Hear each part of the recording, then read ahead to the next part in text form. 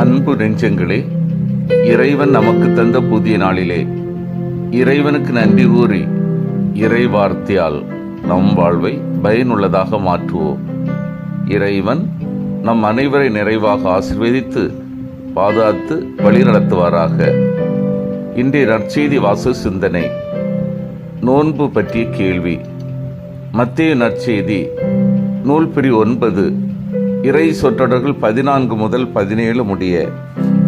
இதன் விளக்கம் அறிவோம்.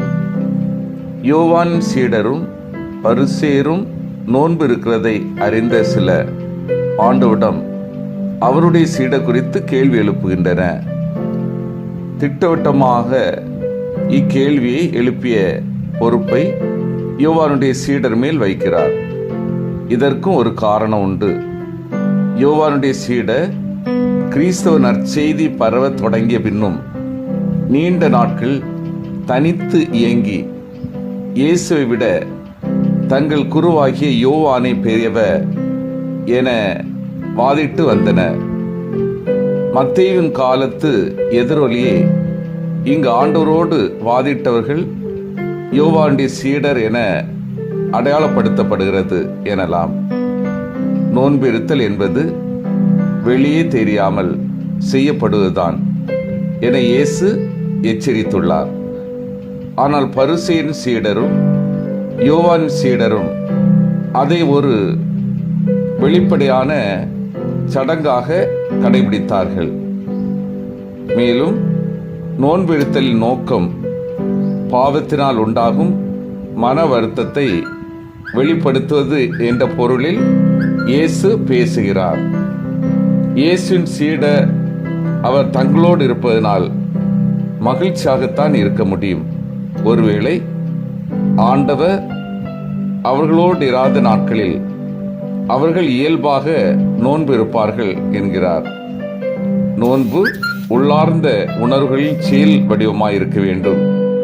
அது ஒரு சடங்காக மாறுவது நற்செய்தி வாழ்க்கைக்கு பொருந்தாத பழக்கமாகிவிடும். அன்பார்ந்தவர்களே, இன்றைய நற்செய்தி வாசகம் நோன்பை பற்றி பேசுகின்றது. இயேசு தன் சீடர்கள் நோன்பு இருக்காததை நியாயப்படுத்தி பேசுகிறார். அதே வேளையில் தேவையான நேரத்தில் அவர்களும் நோன்பு இருப்பார்கள் என்று பதில் கூறி அவர்களையும் தயாரிக்கின்றார். நோன்பு என்பது தேவை மற்றும் சூழலின் அடிப்படையில் செய்ய வேண்டிய ஒன்று என்பதை இயேசு சுட்டி காட்டுகிறார். இயேசுவே தன் வாழ்வில் அதை வாழ்ந்து காட்டினார். தனி பணி வாழ்வின் தொடக்கத்தில் 40 நாட்கள் தொடர்ந்து நோன்பு இருந்தார். தனது பணி வாழ்வின் போது உணவு உண்ணக்கூட நேரமில்லாத வேளையில் வந்தபோது அவர் நோன்பு இருந்தார்.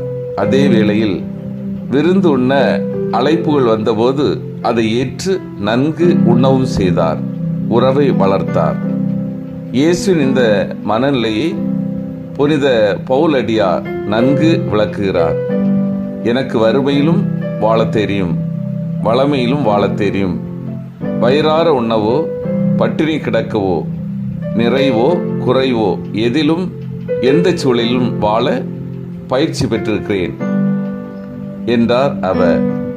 நமது வாழ்விலும் அத்தகைய சமமான மனநிலையை கொள்வோமாக. தேவையான நேரத்தில் நன்கு உண்ணுவோம், மகிழ்வோம், இறைவனுக்கு நன்றி கூறுவோம். சில வேளைகளில், குறிப்பாக வாரத்தில் ஒரு நாள் நோன்பு இருந்து நம்மை ஒடுக்குவோம். பிறரை பற்றி சிந்திப்போம். நற்செயல்களில் வளருவோம். சிந்தித்து தியானித்து செயல்படுவோம். பிறரிடம் குற்றம் காணும் பழக்கம் என்னிடம் உள்ளதா? இன்றைய காலச்சூழலை உணர்ந்து பணி செய்கின்றேனா? நோன்பு எப்பொழுது தேவை என்பதை உணர்ந்து செயல்படுகின்றேனா? மன்றாடுவோமாக. வல்லமை மிக்க இறைவா, நாங்கள் அனைவரும் நோன்பின் அவசியத்தை சரியாக உணர்ந்து செயல்படவும், பிறரிடம் குற்றம் காண விரும்பும் நிலையை அகற்றிடவும், இன்றைய காலச்சூழலுக்கு ஏற்ப பணி செய்து வாழவும் வரத்தை தந்தருளும். ஆமீன்.